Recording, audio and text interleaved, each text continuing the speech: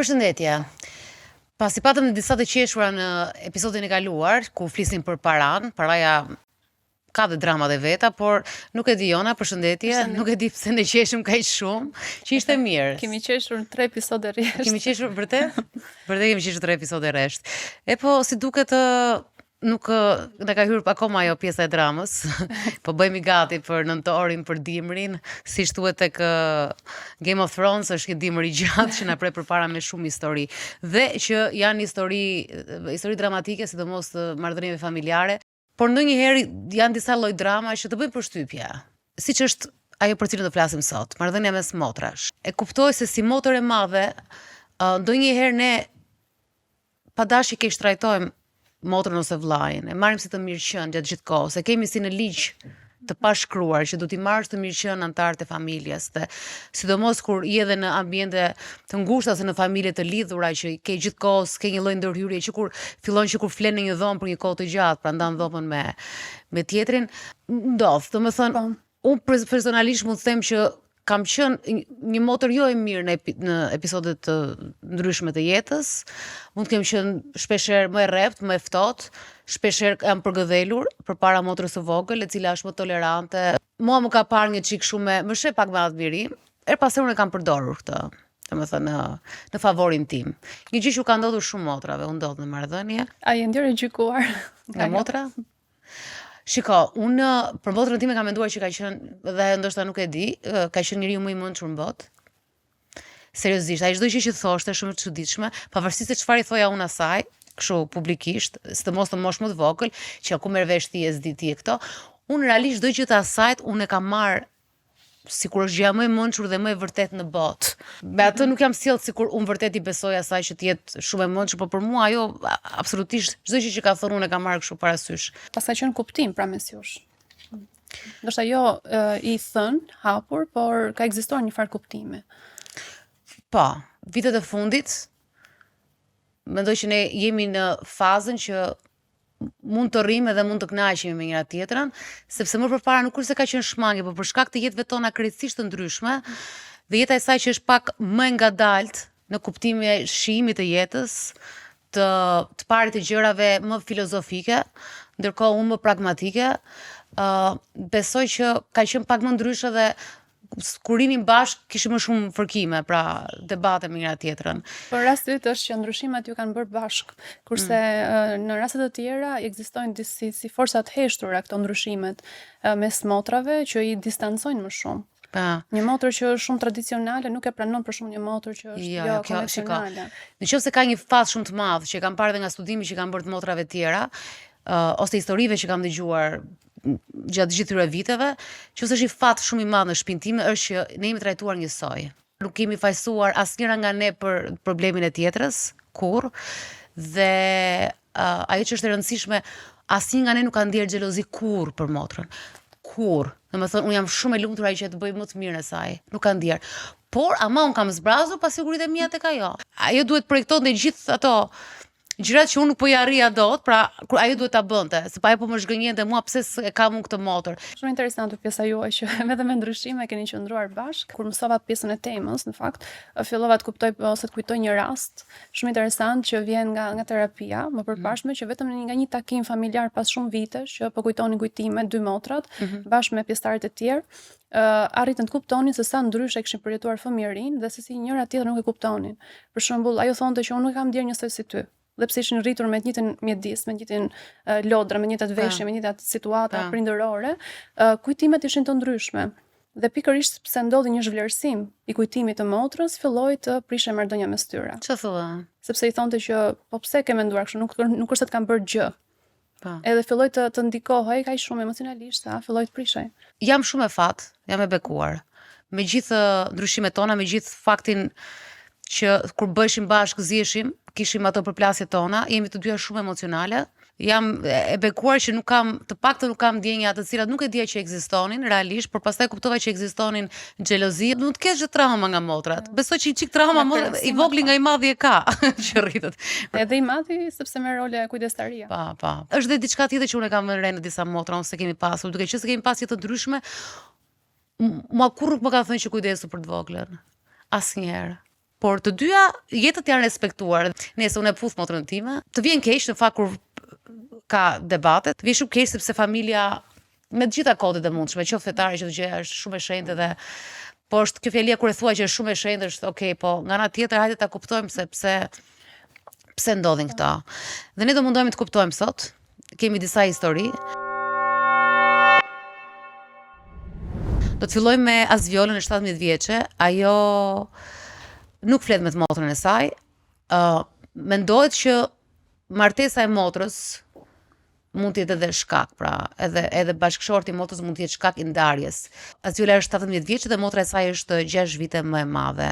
Asviola, më fol pak për marrëdhënien me motrën. Keni qenë të lidhura dikur sepse tash e di që jeni po përitoni një krizë? Kemi qenë shumë të lidhura bashk.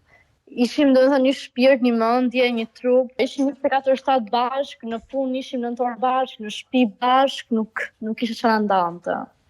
Çdo më thënë punë, se unë shoh që ti je 17 vjeçe. Kemi pas punuar bashk që 11 vjeçë në rroba qepësi. Që 11 vjeçe? Pa. Po ç'a ndodhi pastaj? Kur nisi krisja? Ndodhi krisa kur ajo u fejua. Nuk më fliste më, ndoshta nga partneri i saj që nuk më donte sepse kam qenë një bashkëjetesë 6 muaj, edhe ai sepse kam qenë unë 6 muaj bashkëjetesë dhe unë ndava, ai thonte tani që unë jam edhe nuk donte ta linte sepse ja po unë flas me gruan e tij. Edhe ndoshta po e bëj si veten, me mendjen e tij. Kuptoj. Dhe motra u ftov gradualisht apo u ftovët më njëherë? Gradualisht. Tani çfarë marrëdhënie jeni? Flisni? Nuk flasin fare. Dhe kur flet me mamin, ajo kur jam unë aty, ajo direkt do ta fik telefonin, edhe kur vjen këtu e sjell burri i saj, as 20 minuta edhe ikën. Nuk don që të jemi unë dhe ajo, kupton? Nuk don partneri i saj. A je sigur që është vetëm kaq se s'do partneri që është ftor dhe pse ikën ajo nga ty? Po, nuk e lejon ai. Kur ngelën vetëm një ditë e vëra re që ajo donte. Kupton? Por burri i saj nuk don. Burri i saj hedhë dhe llafe në përfis që unë jam e përdal, unë kam qenë e fejuar. Bashkëtesë, unë jam marrë me shumë çuna, do të thënë shumë fjalë të shpikura nga truri i tij. Asviola, ti këtë burrin e ke dashur në kuptimin që e ke pëlqyer si partner të motrës kur e njoh apo jo? Po, në fillim unë në fakt jam mbusha mendjen sepse nuk kishim ato mundësi që të jetonin aq mirë sa ajo donte, ai burri, djali, se çfarë i them atje. Ai ishte në rregull, jetonte në Itali, është në mundësi shumë mirë, 37 vjeç, në fillim ai 37 vjeç? Po, edhe ai, domethënë, merrte me të mira, jo, domethënë, sillte shumë mirë me mua në fillim. Edhe unë jam pusha mendjen motrës, i thash unë të jetosh më mirë, se je këtu, do jesh më e lirë sepse unë prindërit kam shumë strikte dhe nuk e lejonin të bënte çfarë donte. Edhe është gabimi im i madh, sepse ajo bënte që ai thoja unë, nuk bëja që ai thoja çfarë më thonte ajo, sepse ishim shumë të lidhura. Kam bërë shumë gabim që jam mbusha mendjen, sepse familja ime nuk e donte djalin në fjalë, burrin e motrës nuk e donte se ishte miritor plus nga mosha. Pa, ishte 10 vjet më i madh se motra, është 10 vjet, 12 i bie, po. Ishte fejuar atëherë apo jo? Jo, kam qenë ndar. Domethënë ti ishe i njëjti njeri, po ti vetë e ke kuptuar ndonjëherë nga i erdhi kjo papritur aty ndaj teje? Burri i saj tani më ka inat, sepse ajo bënte çfarë thoja unë edhe kujton ai sepse është i madh normal edhe me moshën e motrës time është pak diferenca shumë e madhe. Edhe mendoj që ai se mos po jam mbushur mendjen për ndonjë çunë më të mirë, për ndonjë gjë kështu mendoj unë. Që mendon ai pse s'mdon. Ti e përpjekur ndonjëherë të flasësh me motrën për këtë gjë? Ose të ndërhyj familjarët? Jam përpjekur shumë, fakt. Kur fliste me tezën time, me fuste në grup ajo nuk donte. Edhe po fliste nga halli, pastaj kur vinte burri i saj e fikte direkt, automatikisht, nuk kishte shanse që ta merrte vesh ai që unë flisja me të. Edhe diku që më ka ngelur në zemër akoma, që nuk akoma kur e kujtoj më vjet plas. Unë me atë kemi pas bërë plan për punën e fustanit. Si çdo motër normal ndërrojnë për kur të martohet, kur do martohesh ti, unë do bëjmë këtë, do bëjmë atë.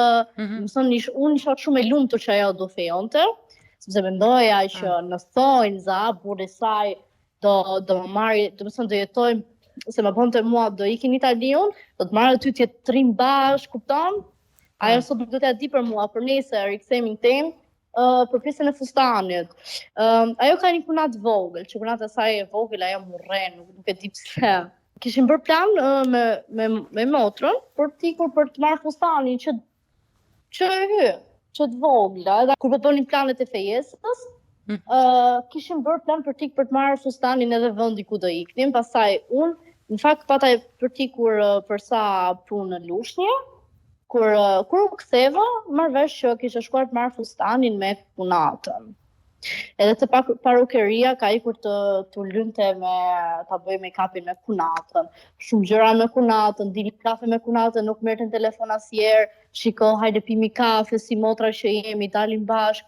Asnjëherë nuk e ka marrë mundimin për të më telefonuar për të thënë hajde pimi kafe si motra që jemi as pak. Tani ajo më fal, është në Itali apo është në Shqipëri? Ajo momentalisht në Itali.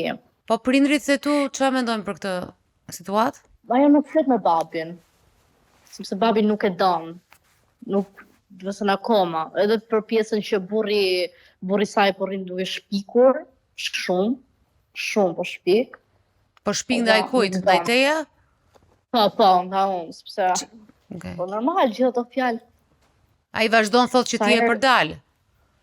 Po.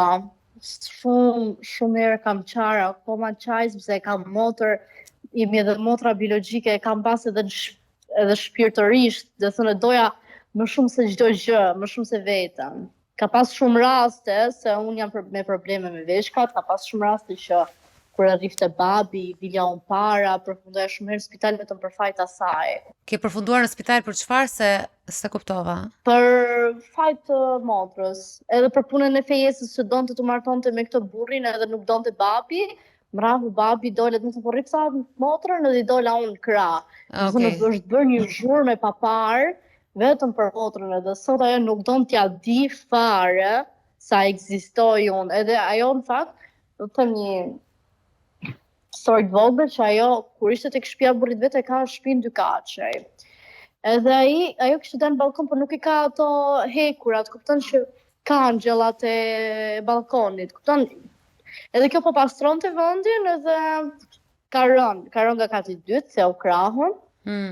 Sot është më mirë shqyr, nuk ka rrë as kujt keqen, larg shop. Edhe shkuam te spital edhe të betohem, kemi nejt deri në orën 8.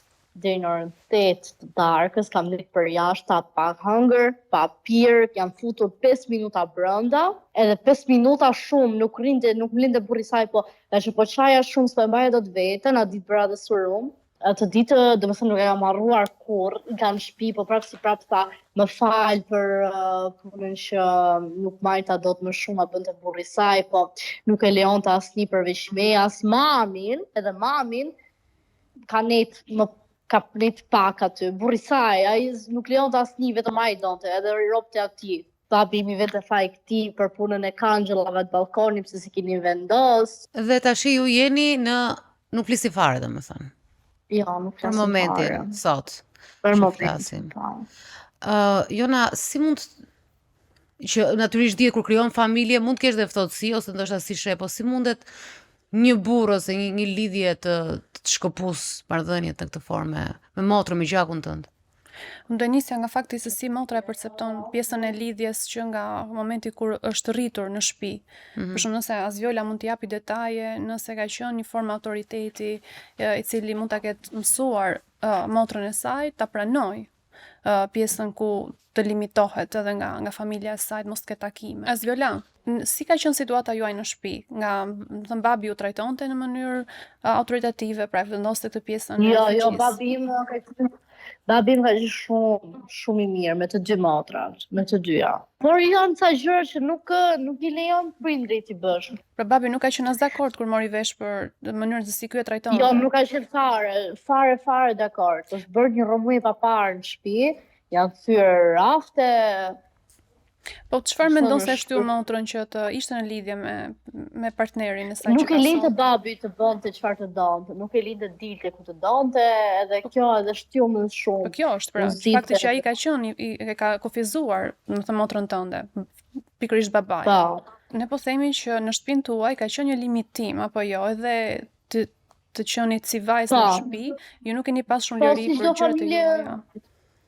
Po është ka një rregull shtëpia dhe motra ime nuk donte të bënte çfarë donte, donte dilte me shoqë, donte të martonte, plus me atë moshë ajo gënye edhe nga puna që ne nuk kemi pasur ato mundësi. Okay. Edhe ajo mendonte se do lironte, do merrte çfarë donte, do ikte, do priste. Mendonte një jetë më të mirë me bashkëshortin. Krijojnë shumë martesa që e shikojnë pikërisht lidhjen si exit nga familja origjinës, në mënyrë që të ndihen më të lira. Por në rastin e motrës tënde ka ndodhur më keq, me sa kuptoj, pra një izolim total dhe nga ju, po nuk e di a ndodh edhe me pjesën e shoqërisë që ajo ka pasur ose nëse ka edhe shoqe. Na ka shkëputur komplet burrë saj, ç'ai ka bërë ai magji. Po motra punon apo në vendin ku është aktualisht? Jo, nuk punon duket, nuk e di. Është në kurs në italisht, por nuk punon, se lejon burrit punojë. Me sa kam dëgjuar se mua nuk më vi lajmet se e pengon motra mamin që mos të flasi. Po ty të ka surprizuar fakti se si motra po reagon? Do të thënë që akoma nuk besohet zemër që unë akoma nuk flas me motrën. Akoma nuk e besoj që Ina mua nuk më do më. Nuk më besohet akoma, sa është shumë kemi qenë të lidhura. Jem bërë 2 vite dhe akoma nuk besohet. Sepse kujtoj ato momentet bashkë edhe se nuk ka shanset që kjo është Ina vlla. E fajson deri diku që e ka pranuar këtë kusht të partnerit? Ta izolon nga ju? Shumë, normale, po, shumë.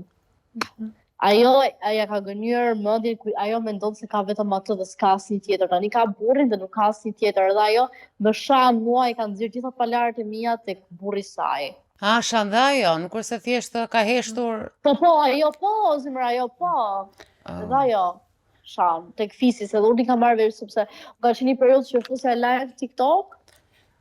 Po ja prank kalle. Edhe ajo fuset e live-i bënte një screen record, bënte një screenshot me hidhse në TikTok. Se për çfarë nuk e di. Do të tregoj edhe një fragment vogël që e harrova. Ta them. Në fillim të njohjes këto të dy, motra ime u bënte xheloze. U bënte xheloze pse ai më jepte çantën. Si shku duke thënë tezistime, motra që e le të ola vetë çantën, që ta merrte ai, që të jepte ai burri motrës. Sigur unë po doja që ai t'isha unë në kryet të vëmendjes, edhe ai më jepte çantën ose të leja diçka, më çonte ai tek puna, se më çonte nganjëherë më çonin të dy. Edhe i thoja, do më qosh pak të puna normal, se kur do më çonte tjetër. Normal që do i them motrës, ato që kam pas, asaj do i them. Ajo u bëlte xheloze në fillim. Pra le të themi që janë 2 personat pasigurt që janë futur në një marrëdhënie së bashku. Po nuk mund të lëm pa kaluar pjesën që dikush, një fëmijë, kur është shumë i lënë i lirë, siç po e tregoj përpara me historinë e jetës tënde, është lënë për të zhvilluar, për të njohur veten, ka pas pavarësi, nuk është e pamundur që të përfundojë një lidhje toksike të tillë. Pra nuk do ta pranonte.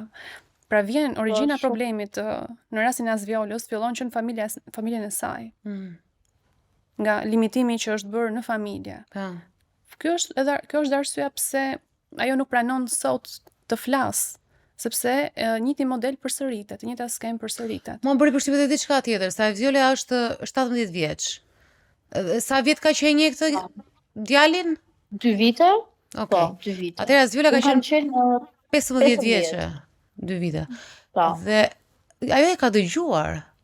5 vjet më e madhe dhe e dëgjonte se Asviola thotë që më merrte mendime dhe më besonte mua për gjithçka. Kryesisht motra e madhe me këtë diferencë, me rolin e nënës, të kujdestares, së këshillueses, kurse në këtë rast më duket sikur kanë qenë si të barabartë ose dhe Azvjola ka dhënë mendime dhe në një moshë fare të vogël. Apo jo Azvjola? Siç të thash, kam punuar që 11 vjeç edhe do të thënë që në moshë të vogël kam mësuar shumë nga jeta, sepse ashtu ndodhi një përplasje në familje dhe më desh të punoja. Përmendi një element rëndësishëm, pak përpara që motra ka shfaqur dhe shenja xhelozie ndaj saj. Po, si ishte ky momenti i xhelozisë? U bënte xheloze se ai u afronte duke bërë muhabet. U afronte, vinte, bënte muhabet, jepte dorën, përçafonte, të keqën gjaxhi kështu kupton. Kjo u bënte xheloze. Si e shfaqte? Jo, nuk e ka shfaqur fare. Po si e kuptoje? Nuk e kam kuptuar, po i thonte, i ka thënë, ka shkuar i ka thënë tezës, këto gjëra, kupton? I bënte Ola për të përmarrë burrin. Është budalli. Ka një indicje këtu. Çfarë indicje? Sepse ajo mund të jetë personi që ka folur sërish, ka folur e para me partnerin e saj për xhelozinë që ndjente ndaj motrës në këtë rast. Mund të jetë ajo që e ka iniciuar. Ndodh. Azvjola, Jona mendon që mund të jetë motra që e ka iniciuar, nuk ka qenë bashkëshorti ai që ka kërkuar distancimin. Ka qenë motra vetë që ka kërkuar këtë në një lloj mënyre.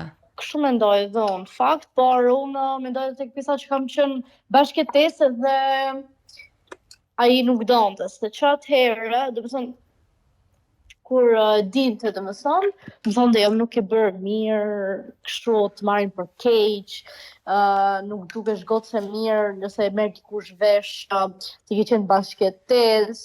Ti motra që ke personazh interesant në familjen tënde, se të tërë u merr ka me historitë tua dhe je vetëm 17 vjeç dhe normale që je re, do kesh histori. Je dhe ti futesh dhe live në TikTok the?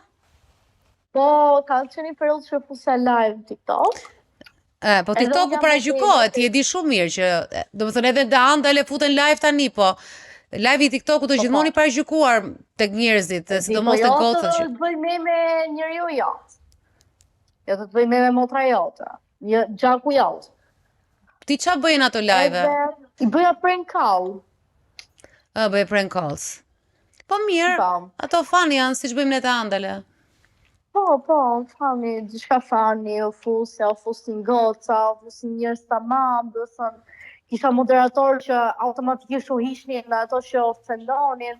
Jo, ka qenë shumë në rregull live-in.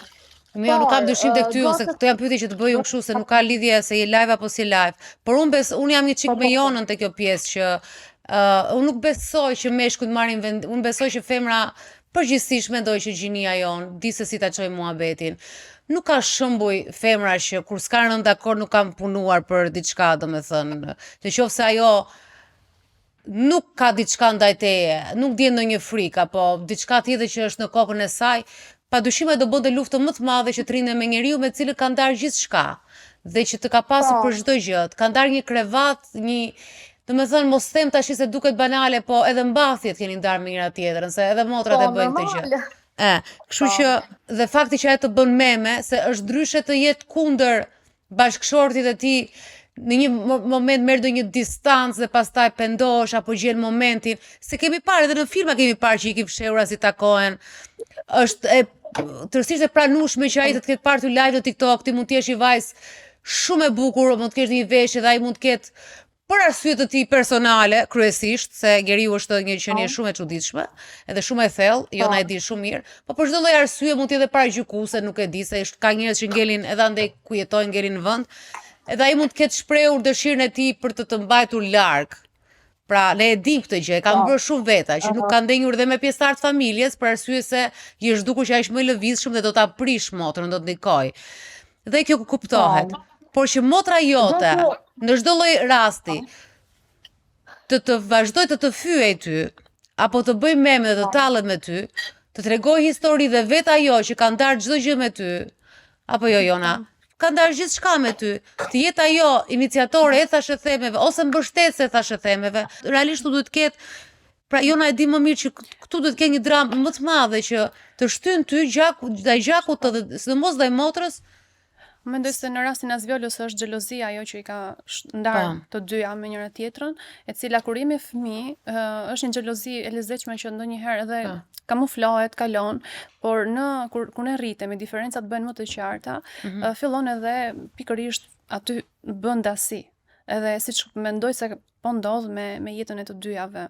Një xhelozi që tashmë është shumë e qartë, pavarësisht se the përmendë gjithë kohës pjesën e partnerit të saj si pika ndarëse mes jush, por në fakt problemi i vërtet është aty mes ju të dyjave, që nuk është zgjidhur. Në fakt jam munduar, por kur nuk ta japin si mundësi, nuk ke çfarë të bësh. Edhe të pjesa që burri i saj kapet edhe sepse unë jam modele, edhe kapet e kjo pjesa që... Po i nxjerr detaje tani në fund. Është modele, po thot. Po patjetër. Përmenda pak që se dalloj nuk e di, dalloj nga zëri, ka një lloj kështu kilishmërie, një gëzimi për veten, ka diçka kështu që unë me gjykimet e mia të çmendura e karakterizohen pra një vajzë e bukur. Ka diçka të e ndjeva. Kam shumë shoqëri që ka bëjnë pjesë tek pjesa artit. Edhe shumë shpesh dal, do të thënë, kur kam ndonjë film, shkoj si figurante. Edhe ai thonte, shkonte duke thënë, siç e kam marrë vesh nga tezja, thonte që ajo, më falni për fjalorin, por thonte që ajo shkon e bën filma porno, është modele, e kanë marrë për porno shumë që kur i kam dëgjuar, kam qeshur me veten time se Zot na fal, kam marrë në këtë moshë dhe si kam dëgjuar për veten time këto fjalë, janë edhe shumë ofendime tjera që janë shpikur nga mendja e tyre, që Asvjola ka shkuar me këtë burrin, ka bërë me atë burrin. Të zakonshme zemër, të zakonshme janë për shumë fatkeqësisht, për shumë vajza të reja. Mua më vjen keq vetëm për një gjë, më vjen padyshim që s'let me motrën është keqare, po më vjen keq që ke filluar punën 11 vjeç. Më vjen shumë keq që je rrit para kohe. Se edhe ajo është, tash nuk e di sa ka ndikuar, po tregon që edhe ka pasur edhe krizë ekonomike në familje, pra ka ndikuar edhe ndoshta e ka shtyr tek, duke qenë se ky ishte në gjendje të mirë ekonomike dhe kjo vetë e artikuloi në atë moshë që ndoshta motrës i bën mirë që të rrijë me këtë njeriu, sepse ka gjendje ekonomike të mirë, është më i madh, është në Itali. Dhe më vjen keq që ju keni parë ca gjëra që s'duhet i shinit ose keni jetuar gjëra që s'duhet jetonit, sidomos punosh në rroba qepsi 11 vjeç është jashtë normës. Ti je rritur para kohe, çfarë duhet bëj? Sepse fakti që mori sot Asvjola e vuan, goca e vuan. Ajo gjithkohës e tha këtë, që e vuan. Por nëse e gjykon një moment ku motra nga ana tjetër nuk ka asnjë lloj reflektimi, ndjeshmërie ndaj teje, ndaj përpjekjeve tua, ndaj ndihmës që ti ke dhënë, sepse ke qenë, me sa kuptova edhe kuptuam, ti pika e nisjes së marrëdhënies mes tyre dhe më pas u vendosen në pozicionin që mund t'i ndaje, pra një pasiguria e tyre u transferua tek ty.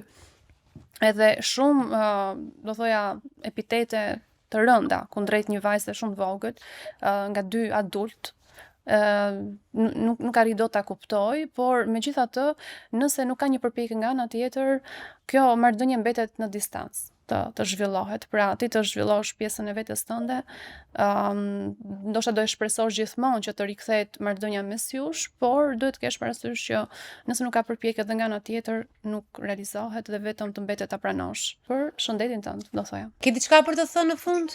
Vetëm dua të them që e dua shumë edhe shpresoj që të shkojnë gjërat si kemi pasur që para se të fejonte. Sepse ka ndryshuar komplet, është bërë tjetër njeri ajo vajzë.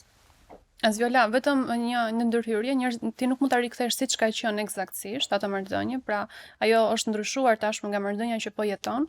Ti ke ndryshuar si person, ju mund të keni një marrëdhënie ndryshe, por jo ajo që ka qenë. Nga këtu të filloi pranimi yt për situatën.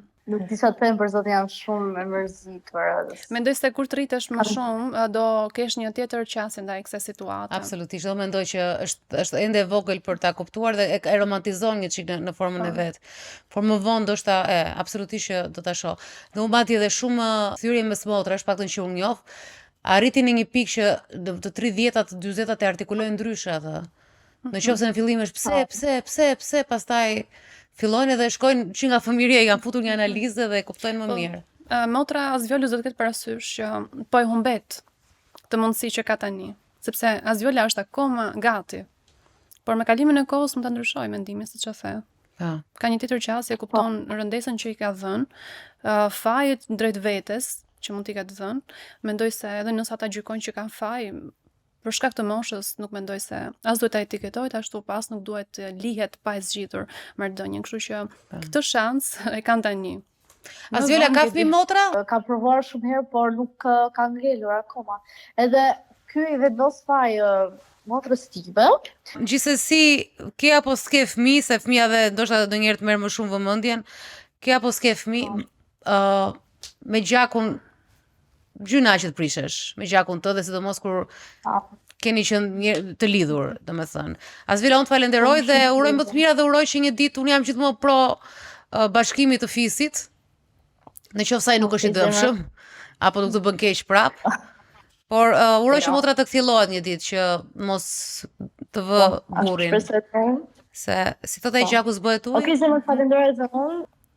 Në fakt kur gërmon në histori si tek rasti i Azvjolës, fillon e gërmon dalin gjithmonë gjëra shumë interesante se si janë marrëdhënie dhe unë shpesh kam dëgjuar histori të meshkujve që nuk duan motra të rinë bashkë dhe kam dëgjuar shumë tek mashkulli. Dhe tek se çfarë ndodh në mendjen e tij dhe tek frika e tij, siç kam dyshuar shumë kur shumë gra thon absolutisht ka vendosur ai dhe unë nuk bëj dot. Ka dhe që mund të hipnotizojnë ose janë këto narcisët që në një moment mund të përkohshme, po të mos flasësh dhe pastaj të kundërvihesh e të futesh në luftë, dhe çfarë do të ketë bërë Azvjola 17 vjeç, Azvjola 17 vjeç, çfarë do të ketë bërë. Që ajo në fund të ditës, ajo që vajzë gazmore, edhe aty i gjente humorin gjës, kupton? Edhe në atë moment i gjente humorin situatës, plus që në një formë pavarësisht si ka qenë babi veta e ka mbështetjen e familjes, pra janë 3 veta që shohin diçka të çuditshme tek marrëdhënia. Prandaj thash që janë 2 persona të pasigur që janë bërë bashkë edhe i shikojnë çdo njëri tjetër si kërcënues të marrëdhënies tyre. Dhe në këtë rast edhe motra e Azvjolës është mund të jetë hipnotizuar, të gjë nuk e dim, sepse duhet kuptojmë edhe këtë, kur një person nuk ka një eksperiencë jo të marrëdhënieve, po të njohjes së vetes para se të futet një marrëdhënie, pa të ketë një kohë që t'i kushtoj, këto e tham edhe tek pjesa familjes që nuk i është dhënë mundësia, fillon ta mendojë atë si gjën më të rëndësishme të jetës saj. Dhe mbyll çdo raport tjetër, pra pranon dhe ajo, mund të jetë ajo shkak vetë që i mbyll këto marrëdhënie, sepse i shikon si lënduese nga kaluara e vet. Për shembull shikon teatrin që nuk e ka lejuar mjaftueshëm dhe thotë tani un po marr një lloj hakmarrje ndaj tij duke e distancuar plotësisht. Por shenjat e xhelozisë ndaj motrës janë një faktor tjetër. Me mamin e saj nuk e kuptova shumë mirë çfarë marrëdhënie ka, por dhe me atë nuk ishte shumë në kontakt, kështu që ka dinamika me secilin antar, jo vetëm me Azvjolën. Mbaj mend kur shija filma që për motra që përçaheshin se ka pasur, ka qenë gjithmonë interesante dinamika e motrave, edhe vëllezërve, po ka shumë filma të bukur, madje fitues Oscari për këto dinamika. Gjithmonë ishte një vdekje që i bashkonte.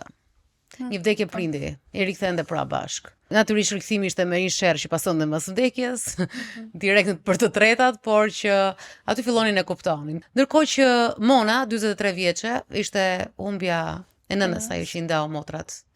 Ne do jemi pas pak në telefon. Ndërkohë unë dua të ndaloj në një nga mbështetësit e këtij programi sot. Jam shumë e lumtur që janë shtuar mbështetësit e programit, edhe jam shumë e lumtur që mbështetësit që vinë këtu dhe kemi një lloj përzgjedhje, janë njerëz të cilëve unë nuk besoj shërbimet e tyre. Për momentin duke qenë se jemi në një histori dramatike jona dhe flasim për gjëra që nuk të lën të flesh, që nuk e bën gjumin e qetë. Mua më kujtohet gjumi. Unë sot pikërisht në regjistrim jam me 2 orë gjumë, sepse kam pasur një regjistrim tjetër dje deri vonë, edhe sot duhet të mbaroja diçka, nuk më dilte dita dhe e kam gjumin shumë të rëndësishëm. Ti duhet ta dish vetë si psikologe se çfarë është gjumi. Gjumi është çdo gjë. Unë kam atë 6 orëshin tim që dua ta bëj dhe kryesisht e bëj pa ëndra, bëj një gjumë shumë të fortë, por nëse mua, domethënë unë shfazohem siç është ajo shpreha nëse nuk kam gjumin. Edhe kujdesem dhe tash po investoj se jam duke bërë dhe shpinë që të paktën çdo gjë rreth gjumit të jetë fantastike. Dysheku të jetë më i miri, krevati, ambienti, asgjë alergjike, asgjë, sepse këtë kemi gjumin. Pjesa tjetër pastaj jemi në punë, është vetëm gjë që na ka dhënë Zoti gjumin, shqetësohu, ato orët, aty nuk dihemi faj pse flem, nuk dihemi faj pse pushojmë, nuk dihemi faj pse simi me kalamajt, nuk dihemi faj për asgjë është ai gjumë. Dhe duke e thënë këtë, unë isha tek lideri realisht i dyshekve, është dyshek i 100% i prodhuar produkt italian, i prodhuar një 100% në Itali. Kam ja 3 vjet që kam bler, dhe tani mora një stëk fantastik, që është për qafën time të sëmur, dhe duke që se ushtrojmë shumë, do kthehemi prap me Monën që kemi në telefon, e cila ka këtë historinë e ndarjes me motrën pikërisht gjatë vdekjes së tjetës. Dalina, provoje të lutem.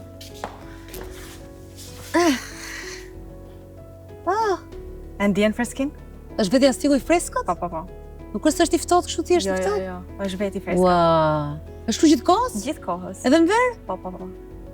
Po si ka mundësi? Teknologjia, Magiflex. Tani kjo është teknologjia më e fundit e Magiflexit? E fundit. Më thënë fjala fundit në tërë botën. Fjala fundit e teknologjisë. Ua, dhe kjo është e mirë për qafën, më tha. Ky jastëku quhet Magistretch dhe jo më kokë, sepse është zgjidhja e problemit komplet me cervikalen. Ua, fantastik. Plus dhe dysheku. Edhe dysheku po ashtu është Magistretch. Po rregulluam pak, sepse këtu edhe pak të rritën zë gjumi, unë në fakt isha duke kërkuar për krevatin ideal për mua.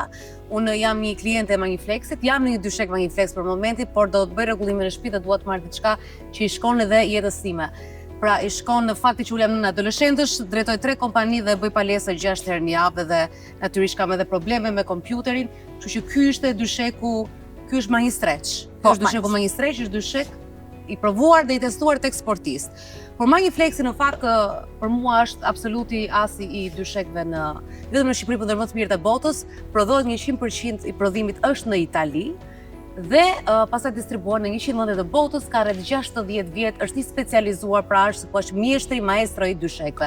Përveç Magistretchit që ju e pat, që është sidomos për njerëz atletik si puna ime, ka lloj dyshekësh Magiflexi, ka dyshek të personalizuar, mund të thoja unë, jo me emrat tuaja, mund t'i shtoni emrat nëse doni vet, por ka të personalizuar për shembull si ky dysheku këtu, që bashkon çifte, nuk i ndan.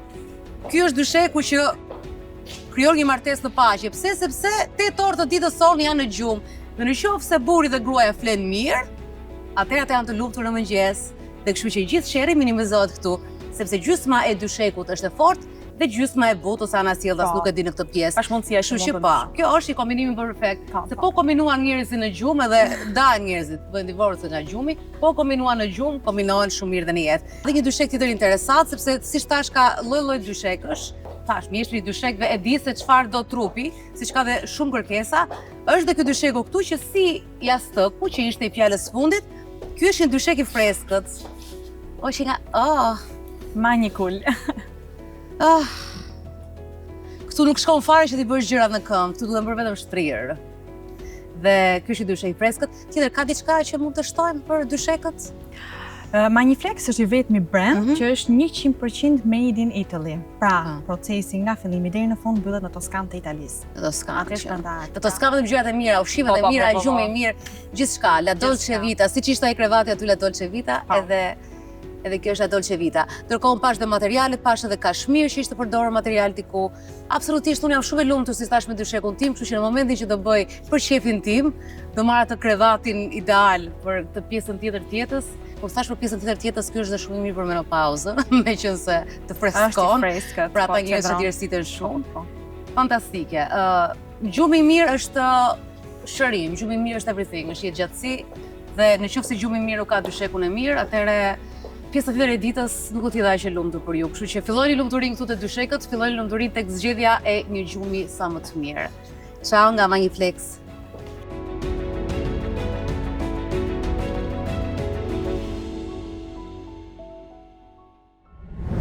Kështu më them mua në një formë tjetër aty në përdyshek, e shtrirë në për jastëk. Jastëkun e mora në fakt, ishte i freskët, por jo aq i freskët dhe këndshme është historia që do dëgjojmë tani. Kemi Monën në linjë, Mona është 43 vjeç. Ajo dhe motra e saj nga nëna nuk flasin më. Mona? Përshëndetje. Më thuaj pak për historinë. Çfarë ka ndodhur me motra jote është nga nëna apo jo, për ta konfirmuar? Ne jemi motra për nën, sepse për fatkeqësi nënës ime i ka vdekur parë dhe motra ime e madhe nuk e ka njohur tatin, sepse ajo ka qenë 8 muajshe. Dhe ndodhi që mama jo martua përsëri me babin tim, dhe erdha unë në jetë. Ajo që unë kam parë në familjen tonë është se motra gjithmonë ka qenë e përkëdhelura e familjes, gjithmonë mbahej mirë.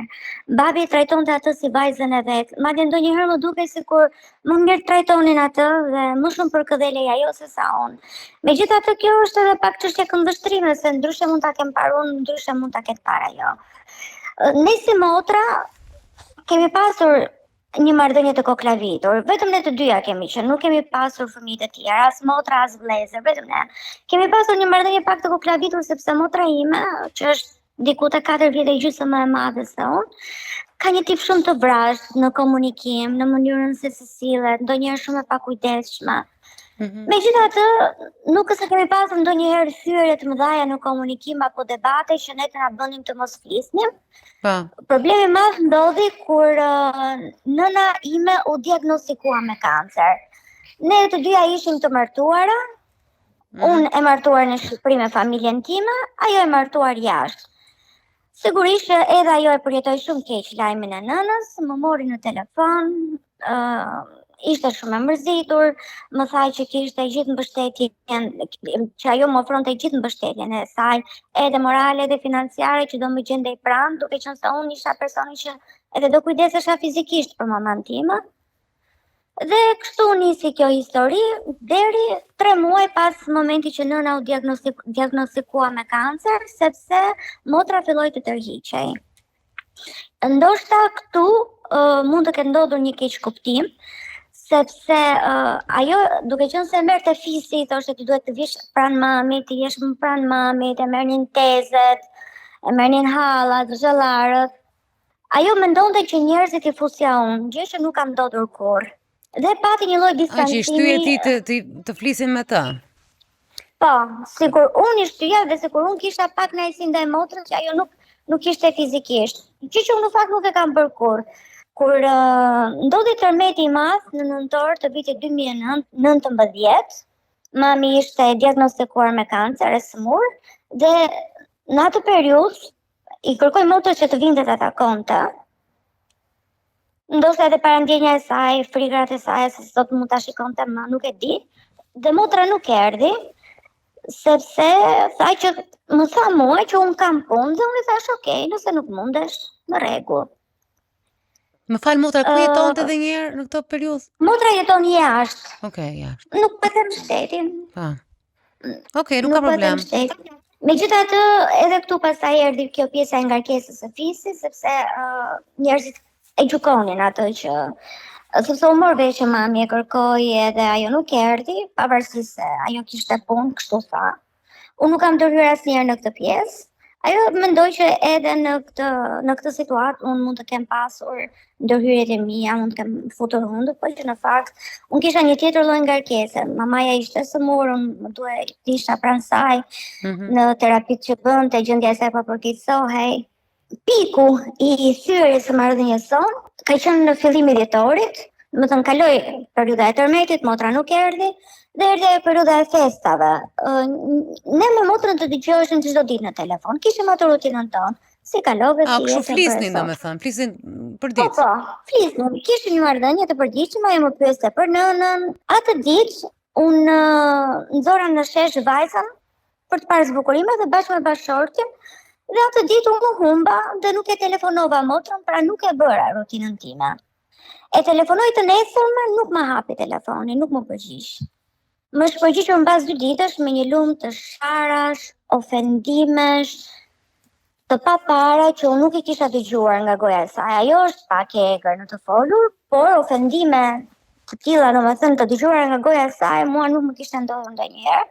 Dhe aty u rebelova dhe i thash stop. Vërtet jam motra e madhe, unë të kam respektuar, por unë nuk ta toleroj më. Dhe nga kjo ditë ti nuk ke më komunikim me mua, as me mua dhe as me mamin, nuk ke më punë të shqetësosh. Dhe kështu ndodhi, ajo nuk foli me mamin, mbas 2 muaj kujtohet të më pyet si është mami. Por ndodhi që në atë periudhë, pak ditë më vonë, mami ndërroi jetë. Ndërroi jetë, ishte periudha e pandemisë, motra nuk erdhi në varrimin e mamit, sepse ka qenë edhe kjo pjesa e lëvizjeve të kufizuara. Dhe ky ka qenë komunikimi i fundit me motrën time, ka qenë fillimi dhjetorit të vitit 2019, ajo telefonat, që theu gjithë marrëdhënien tonë dhe që unë vendosa të mbaj një qëndrim ndaj saj. Ndonjëherë më vjen keq kur e mendoj se në fund të ditës ne motra jemi, por ndonjëherë them është më mirë kështu sepse sido që të jetë ajo krijon të situata të tilla që gjithmonë e koklaviste marrëdhënien. Dua të tregoj vetëm një fakt për sa i takon babit. Babi gjithmonë, edhe në situata në familje, për mos ta bërë të ndihej keq, mbante anën e saj. Edhe në debate të familjes. Këtë herë, kur ndodhi telefonata që ajo më fyeu, më shau, më ofendoi, dhe që unë nuk e kuptova pse, sepse ishte thjesht një ditë që ne nuk komunikuam, pra që unë nuk e bëra atë rutinën time detyrën prej motrë. Dhe në këtë rast babi ka mbajtur anën time. Edhe kjo është edhe gjëja që ato e ka vrarë që si thua në një lloj kuptimi ajo humbi dhe babin, humbi dhe dashurinë e babit. Mami juaj vdiq, ë? Mami jonë ndroi jetë Ah. në fillim të vitit 2021, ishte koha e pandemisë. Pa parë motrën, pa folur me motrën. Ajo nuk erdhi dot nga pa izolimi. dëgjuar motrën. Ajo nuk erdhi dot as në varrimin e motrës për ta përcjellë nënën. Këtu nuk e fajsoj dot sepse Ah. nuk do kishte mundur, edhe nëse do kishte dashur. Dhe folën më edhe mbas vdekjes folët apo jo, s'folët më kur? Jo, ne nuk kemi folur më kurrë. Tentativa e saj e fundit ka qenë 2 muaj pasi patëm atë telefonatën ku ajo më lëshoi një lumë të sharësh, pra bëri një tentativë mbas 2 muajsh për të më pyetur se si është mamaja, por nuk reagova dhe më shkroi vetëm kaq, të lutem mamin mos e përfshin në këtë histori, lëre mamin jashtë. Por ndodhi edhe një gjë. Pa. Që sëmundja mamit i preku edhe trup. Mami nuk ishte e vetëdijshme, pra mami nuk kishte më kujtesë, nuk kishte më memorie, nuk kishte më emocione.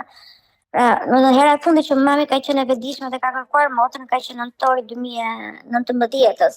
Unë një gjë nuk kuptoj në gjithë histori, pse? Çfarë ka ndodhur? Nëse është përgëdhelur, nëse jeni të dyja nga njëjti bark. Pra, nuk është se është Njerka, është mamaja. Pse nuk flet?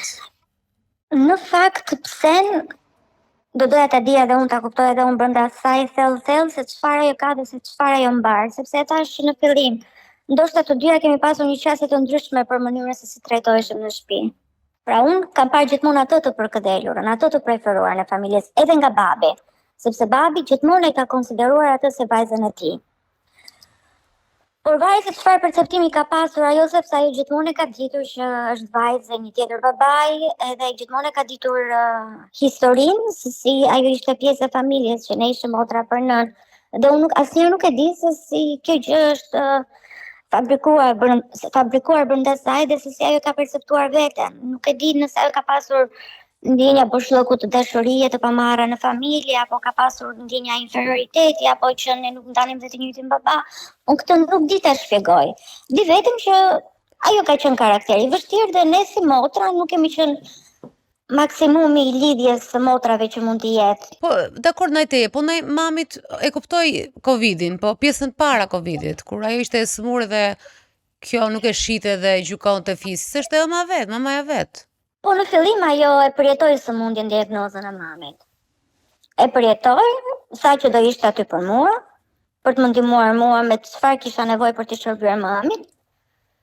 Por e vërteta është që ajo nuk erdhi dhe nuk e di pse ajo u distancua, nëse kanë qenë vërtet fjalët që e kanë rënduar, nuk e di nëse është kjo një arsye kaq e rëndësa për të ndarë nënën nga për të ndarë vajzën nga nëna e saj, që në fund të ditës ajo është e diagnostikuar me kancer dhe mund të mos e shihte më, dhe që ndodhi që ajo nuk e pa më nënën as të sëmurë dhe as në momente që ne e përsollëm për në panesën e fundit. Mund të jetë edhe një lloj reagimi ndaj situatave të dhimbshme, ku ka persona që përfshihen shumë edhe përkujdesen shumë ndaj një të smuri, dhe ka persona të tjerë që jo se nuk ju dhimbset situata, por distancohen dhe kanë mënyrën e tyre të reagimit të përballimit situatës vështirë.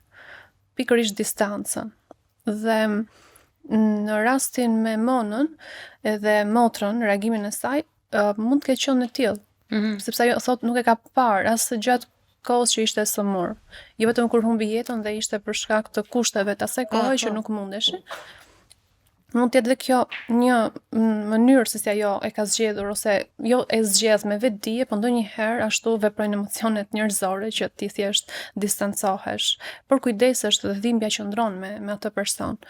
Më pas marrëdhënia e tyre pa sëmundjen e nënës, se si ka shkuar, çfarë dinamikash kanë qenë, nëse kanë qenë të afërt, të mjaftueshëm, janë ndjer motra ose historia e tyre rritje si i ka bërë dhe bashk që ta bëj këtë pjesën e distancës shumë të dhimbshme, këto gjëra duhet na thot pak Mona. Në fakt, ajo që unë perceptoj është që dhimbjet janë ato që i forcojnë marrëdhënies sidomos brenda familjes, ajo ndjenja e të bërit bashk, e të gjendurit, thjesht edhe ndjesia morale që ti këtë moment të vështirë nuk po e kalon vetëm.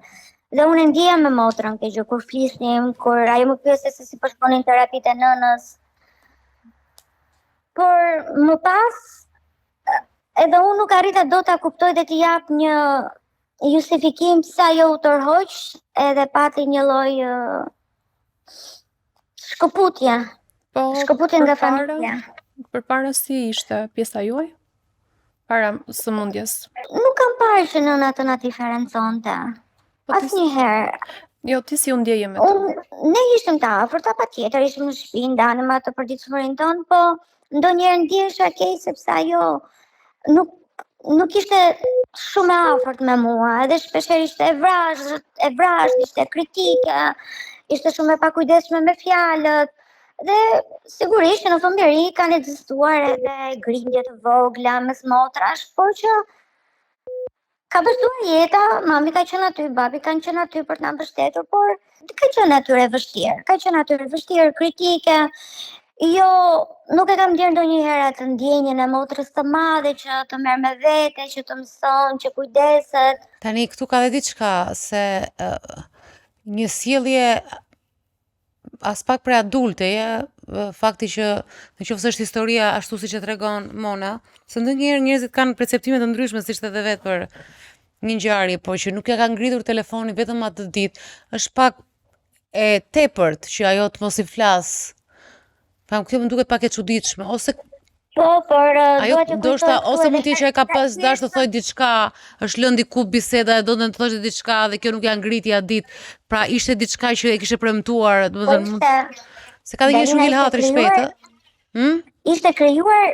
Kishte filluar të grumbulloj diçka midis nesh, siç e shpjegova edhe më herët, që asaj shkonin fjalë për fisin që pse nuk vjen dhe kjo perceptonte se unë shpreja pak kënaqësinë ndaj motrës që nuk po tregoje afërt. Pra, po nga që ndodhi me një herë, sepse ju flisi çdo ditë. Një ditë që se ngritja edhe mos fliste fare ishte pak e çuditshme. Kishim ato bisedat normale, nuk po të them atë aksioni më madh, nuk po të them që ishim motra shoqe, po kishim atë raportimin tonë. Isha në punë, më dhe mbi koka, mora mamin, i bleva ilaçet, hëngri mami, s'hëngri mami. Pra kjo ishte një komunikim i tillë që ishte çdo ditë. Një ditë unë hutova, i dash prioritet vajzës. Jo, e kuptoj dhe është normale se tashi, por nuk më duket normale që të mos flisni se nuk e ngritej një ditë telefonin, që është pak e çuditshme dhe e dyta, pse nuk i folet i motrës kur ajo pastaj tentoi të krijonte komunikime ty mbas 2 muajsh? Në fakt kam edhe unë pengjet e mia, sepse tani që mami nuk është më, edhe ndodhi që mami i ku pa e takuar motrën, pa çka se mami nuk ishte më e vetëdijshme. Ndihem keq për faktin që në grindjen time me motrën përfsheva dhe mamin dhe nuk e lejova motrën të depërtoj deri tek mami. Dhe sot që mami nuk është më, ndjej që mami ishte ai fili yni fort që ne na mbante të lidhura. Që vërtet e ndjenin veten motra, prej mishit dhe prej gjaku.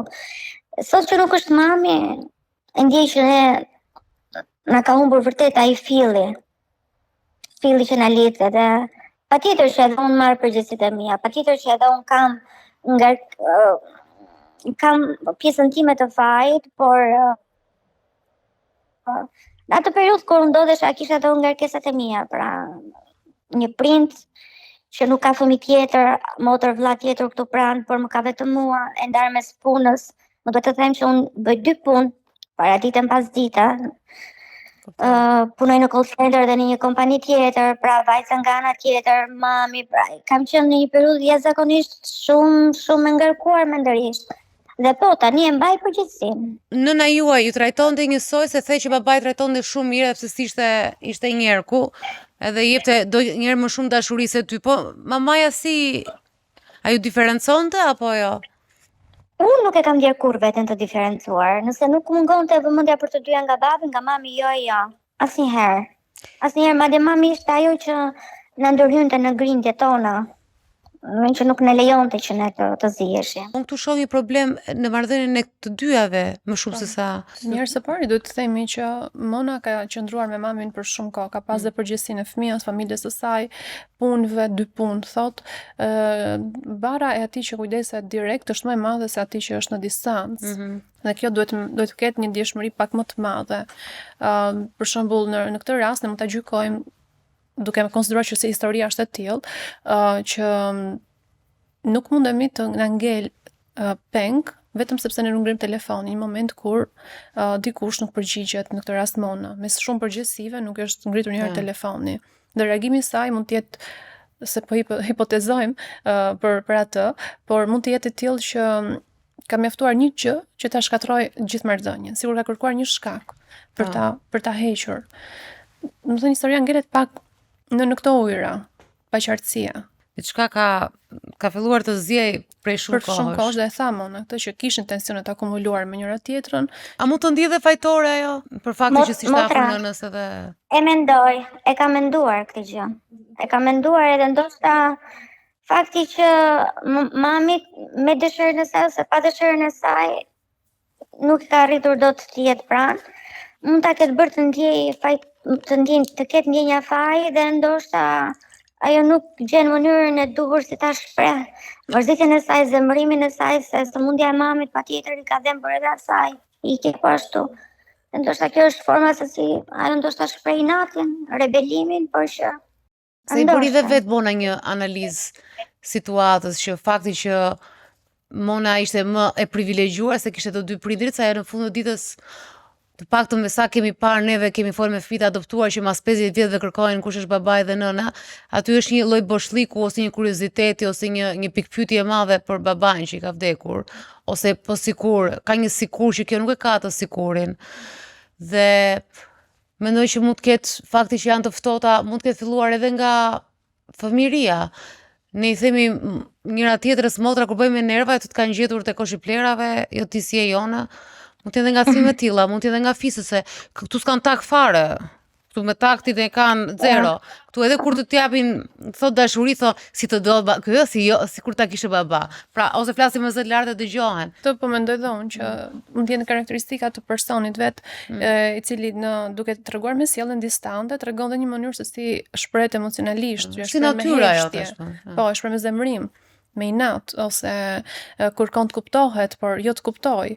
Edhe këto distancojnë, se normalisht nga ana tjetër është dhe njëri që po mban shumë. Dhe ti diku atje vetëm duke përqendruar te mënyra se si ndihesh ti. E thamë që në fillim, kur mungon kuptimi, ka thënë një shprehje shumë bukur Dostojevski. Sfida më e madhe nuk është të duam, por është të kuptojmë. Kuptojmë në të vërtet personin tjetër. Pra sepse për të dashur, më të duam shumë të shprehim, por sa kuptojmë, sepse kuptimi i mban ajo që e zgjat pjesën e marrëdhënies. Kështu që në këtë rast mund të lidhet direkt kjo shprehje me to që mungon kuptimi. I get you është anglisht. So I love you, but I get you, që është më e thellë. Është shumë e thellë. Mona ti desa more e vuan këtë gjë apo jo? Por mua ajo është motra ime. Unë s'kam as motër tjetër, as vëlla tjetër. E ndjej shumë mungesën e saj, motra është motër. Dhe do doja shumë që të komunikoja, dhe nëse ne do kishim nisur të komunikonim, ndoshta diçka do ishte sqaruar dhe do ishte kuptuar. Pse nuk e merr në telefon? Pse si bën një telefon?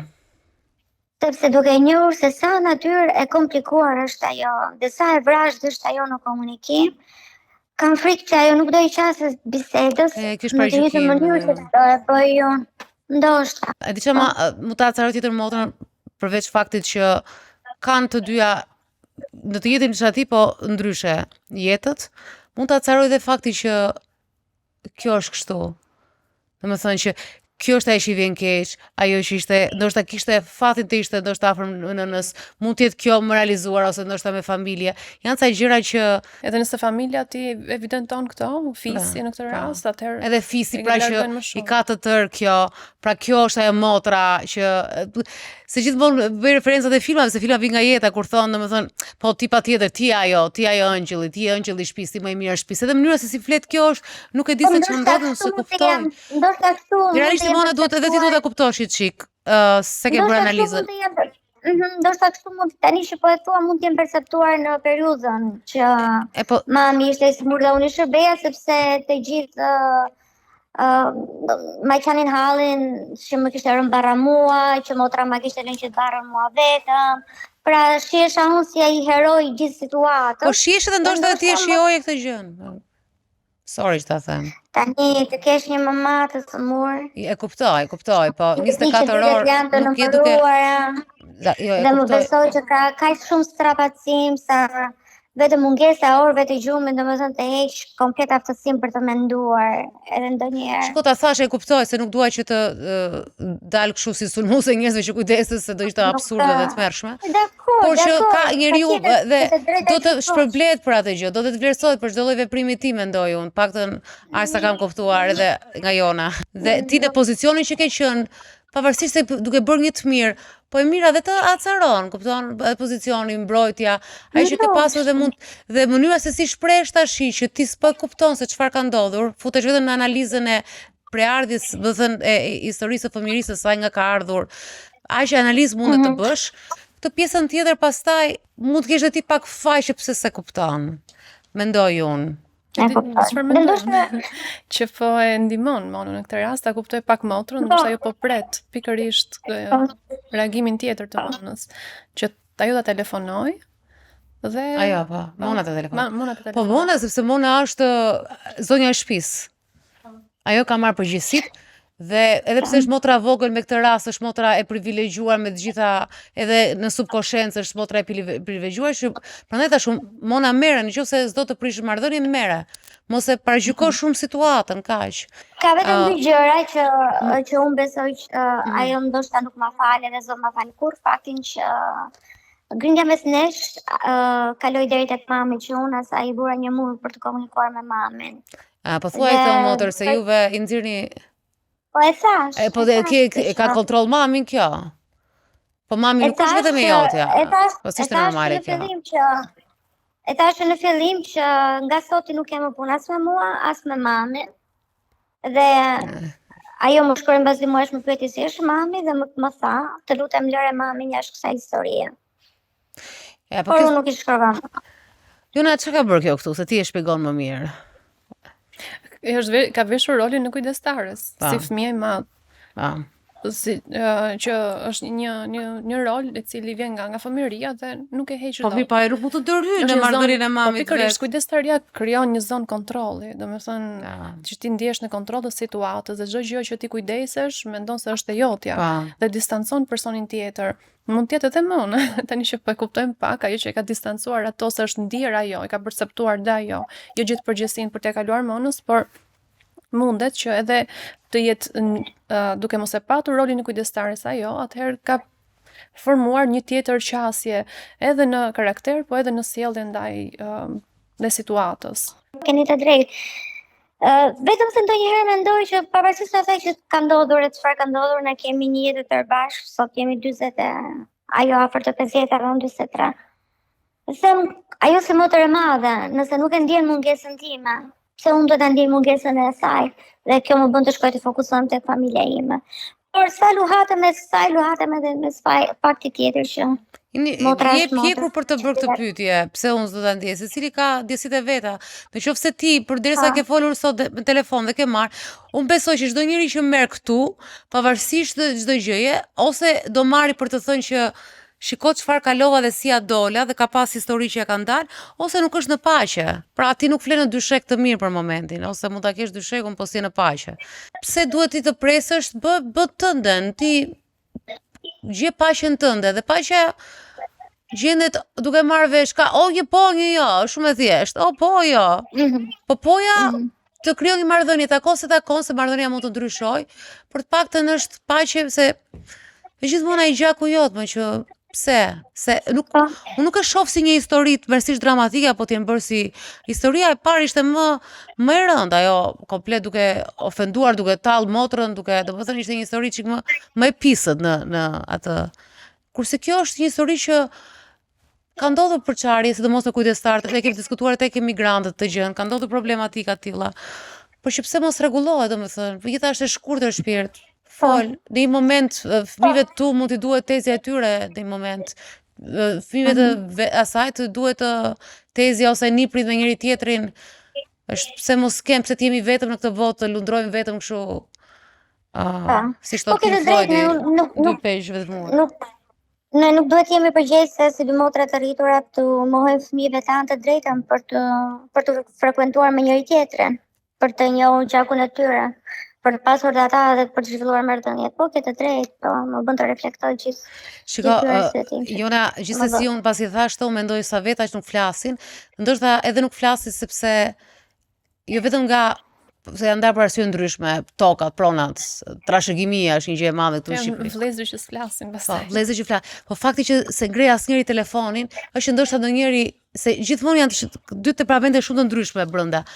Ai që do ta ngrej, i pari ose do ta marrë telefon, ndoshta ka dhe frikë se nëse do diçka do të ofendohet për jetë, pra do të rinë atë paqartësinë e vet, se ndoshta mund të bëhet edhe më e errët se sa.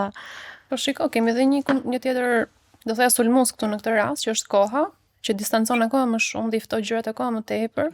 Sa ti fillon dhe humb interesin pastaj për të lidhur. Prandaj nuk është vetëm çështja që ngel nga njëra anë nxehtë, për nga ana e monës shikohet interesi, ne nuk e dim, besoj mund të jetë nga ana tjetër, por një rutinë e ndar prej kohësh fillon dhe ti të mësohesh me mospraninë e një familjari sa me shikon të e njeriu mësohet me gjithçka, mua gjithmonë më duket e çuditshme se si mësohesh ti pa. Po nëse ka inat, pa motrat edhe vëllezërit, ka prap shans për të rregulluar. Nëse s'ka asgjë, nuk ka asnjë lloj emocioni, aty pastaj ka vdekur plotësisht. Kështu që edhe një zemrim i shfaqur nga ana tjetër mund të jetë një sinjal pozitiv. Mona mos harrosh, ose jo ose po, ti bë reflektimin tënd, e fillove reflektimin këtu, ne të ndërmjetësuam, pra bëm edhe një gjë tjetër sot, bëm një hap tjetër, por bër reflektimin tënd edhe në qoftë se nuk e ke, se si thash, nuk e ke gjetur paqen edhe ke pikpyetjet e tua, pse mos të gjesh përgjigje? E drejtë. Falenderoj. Faleminderit juve. Sipas studimeve, kemi nxjerrë këto gjëra. Universiteti Cambridge, konfliktet mes motrave thotë janë më të thella emocionalisht se mes vëllezërve, sepse femrat kërkojnë më shumë validim emocionale. Dhe janë 3 arsye për prishjen e marrëdhënieve: rivaliteti për dashurinë e prindërve, dallimet e stilit të jetës dhe pritshmëritë morale. Ka tjetër arsye? Më merr në mendje fakti që në familjen shqiptare, se kam një rast që po më kujton këtë, ku vëllezërit janë zënë, në këtë rast kemi vëllezër, janë zënë edhe nëna që mbron të madhin, thotë ai ka të drejtë, i vogli që mban të gjithë përgjegjësitë, edhe rënditja domethënë e fëmijëve pas ka rëndësi. Paktën këtu në kontekstin këtu, unë kam vënë re këtë gjë. Që edhe rënditja, pra i madhi ka gjithmonë të drejtë. Po pse i vogli jo? Këto diferencimet, prandaj thash dhe në fillim, domethënë, paktën gjërat absurde nonsens në familjen time nuk kanë ekzistuar. Debate, sherrë, përplasje karakteresh, gjithë jetën time me motrën.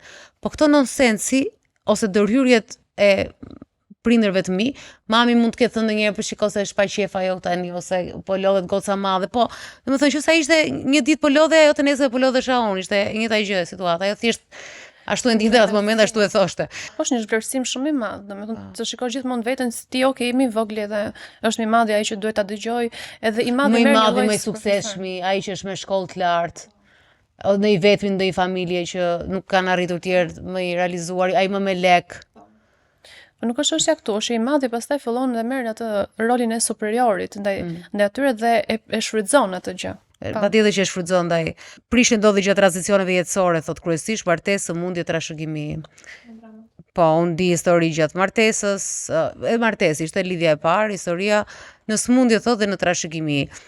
Ndërkohë në lidhje me trashëgimin edhe me marrëdhënien e babait, kisha edhe një histori të fundit e cila është në letër, sepse vajza nuk e thoshte dot historinë, kishte shumë të vështirë ta thoshte. Janë vështira historitë e motrave. me të cilën do ta mbyllim dhe për sonte. Sot kemi një program të shkurtër. Unë kam një histori me motrë po s'doja ta tregoja vetë në publik. Ishim 2 motra dhe një vlla. Vllai na ndroi jetë në moshën 20 vjeçare. Unë isha 12 vjeç dhe motra ime 16. Mami mu smur shumë nga idhërimi, thot, dhe ndroi jetë. Ngeli babi vetëm sepse ne të dyja ishim martuar. Sot jam 48 vjeç dhe para 5 muajve mora vesh që babai ka dhuruar mbesën shtëpinë e tij, tonën. Ndërkohë, unë ndihmoja babin pa ashtu si motra çdo muaj. E marr një ditë në telefon dhe i them, hajde, ja rregullojmë shtëpinë babit, i paguajmë trekën me motrën kjo. Çdo ditë nga një restorant, punsojmë një grua për të pastruar shtëpinë, thot çdo javë dhe shpenzimet i ndaj mes. Aty thot motra që s'bëjmë dot rregullimin në shtëpi, thot sepse babi ja ka falur mbesës. Vajzës së saj, pra shtëpinë.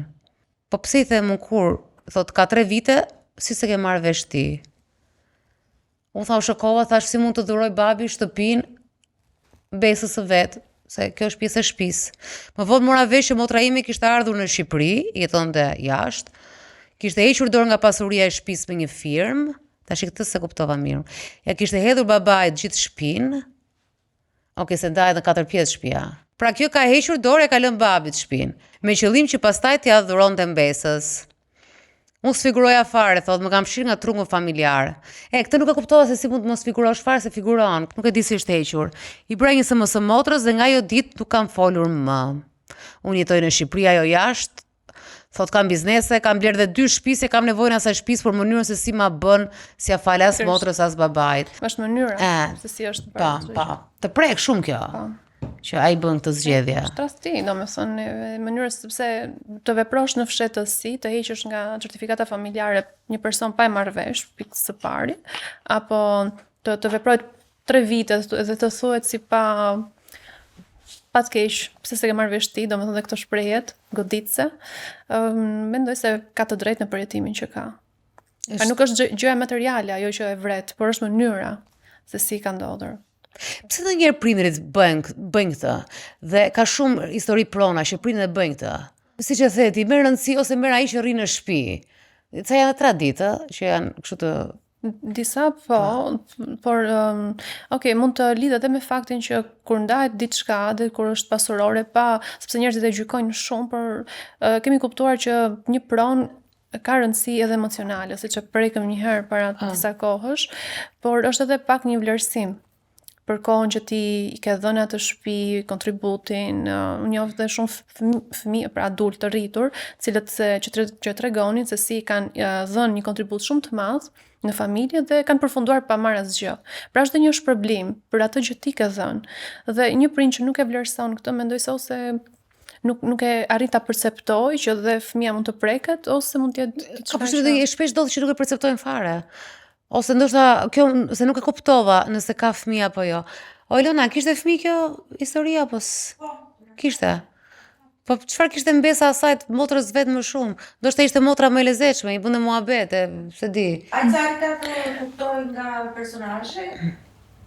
Ka pasur një histori manipulimi nga ana e motrës. Duke qenë se motra që nuk ka gëzuar pasuri, kishte mirë materialin nga martesa. Pra këtu kuptojmë që prindi lidhet edhe me interesin ndonjëherë. Po, kjo tha vetë që kanë biznese kështu edhe ai thotë ja ka lënë, ka manipuluar që ato i kanë shtëpitë e tyre, kanë prona dhe thotë po ja lë mbesës. Thoshte edhe mesës i ka hyrë në zemër mbesa. Janë këto budalliqet që duket sikur janë kështu, hajde se ja shikon rregullove, se shkove te burri ti u rregullove ose ke lekë dhe është tamam ajo, është çështja e vlerësimit, që ti pastaj bëj çfarë të duash, madje mund ta dhuroj, mund ta mbaj. Po të ndihet përkatësi, vërtet të vjen keq për këtë. Dhe unë di raste që edhe kur ndodh kjo, prindërit mbajnë një qendrim ndaj fëmijës që kërkon. Pse? Pse kërkon? Nuk duhet kërkosh, ti je fajtor. Ç'të duhet ty, domethënë çfarë bëjmë ne me pronën tonë. Ka reagime shumë, domethënë që distancojnë akoma më tepër dhe sepse i kam raste dhe i shikoj se sa e vuajnë këtë pjesë. Dhe thonë që nuk është prona, dhe vërtet më thonë nuk është prona që më intereson, por është mënyra se si ka ndodhur kjo dhe pse më distancojnë në këtë lloj forme. Unë nuk kam nevojë. Dhe prapë janë ato të parë që shkojnë për ta zgjidhur marrëdhënien. Unë kam një pyetje, përpara se ta mbyllim sot me historinë e motrave. Do kemi një ditë histori vëllezrish. Mund të jetë shëndetshme që mos flasësh me motrën? Kur është e shëndetshme mos flasësh fare? Disa elemente fillojnë nga mënyra se si ne ndihemi. është paktën gjë e parë që mund të vihet re. Nëse ti në kontakt me motrën ndihesh gjithmonë faj, ndihesh gjithmonë person i lik, i negativ, të bën të kesh disa sjellje që të shkojnë përtej vetes, pra sa herë që je në kontakt të nxisin, të stimulojnë të bësh këto reagime, janë për të marrë parasysh që nga ana tjetër nuk kemi një qasje që mund ta ndërtojë marrëdhënien me njerëz të ta mbaj, siç e tham, me kuptim. Kështu që në këtë raste absolutisht distancimi ndonjëherë i zgjidh gjërat edhe në heshtje. Derisa fillon koha pastaj dhe i fto plotësisht. Por patjetër edhe unë jam shumë pro familjes, ndërtimit, por kur marrëdhënia nuk shkon ose kur ndonjëherë familja bëhet edhe armiku yt, të mban poshtë dhe ti po nuk lëvize nga aty, e ke të pamundur të shkëlqesh në gjërat që ti ke dhurat ose mund ta aftësosh veten. Ka parë shumë njerëz të cilët jashtë familjes janë komplet ndryshe, të shëndetshëm. Patjetër. Dhe ka të tjerë të cilët e pranojnë ashtu, qëndrojnë dhe kanë ato pasojat e veta. Ka dhe histori që familja vërtet ishte nga ato familje që të mbajnë poshtë, familje toksike, dhe pastaj kanë gjetur një super familje tek një shoqëri apo dhe tek partneri. Domethënë që e kanë balancuar ato. Zgjedhin gjërat, mund t'i zgjedhësh. Mënyra se si ti e ndërton veten jashtë familjes tregon ajo që ti je. Patjetër nëse i je aq vigjilente dhe i di dinamika që janë të pashëndetshme. Ka persona që lëvizin, thonë, unë jam shumë i qartë që familja ime me jep të këto problematika dhe unë vendos të largohem. Unë falenderoj shumë Jona dhe me që të kam tu, dua të bëj një thirrje për të gjithë që më shkruajnë shumë veta se duan që të flasim me ty. Është psikologu online. U lodhëm pak duke përgjigjur, se ti dhe Instagramin të nuk e ke shumë aktiv. Edhe unë harroj ndonjëherë dhe dua t'i jap atë të Instagramit, ke një emër po është psikologu online, nëse doni të flisni me Jonën apo me stafin, kolegët e Jonës, që janë të gjithë psikologë të përzgjedhur shumë të mirë siç është Jona, që I love her, I love you. Dashuron profesionin, kjo është e rëndësishme dhe integritetin tënd profesional. Kështu që shkruani te psikologu online, se ndonjëherë nuk i hap DM-et dhe pastaj ju ngelin në ajër kështu, se përtoni të ulumtoni vetë apo të e keni edhe këtu. Ju del në fillim dhe ju del dhe në fund, ju del jo te mua, pra kur del Jona, portreti Jonës, del edhe psikologu online. Marcel, bëj një portret që t'ja, po. Ja, aty do dali psikologu online, adresa ku ju mund të kontaktoni për të folur me Jonën apo me kolegët për çështjet që ju keni. Ju falenderoj shumë dhe shihemi në episodin e radhës me një temë, gjithmonë temat janë surprizë, nuk i themi tani, derisa të bëhen se njerëzit ikën e vinë nga ky program. Faleminderit. Ándale.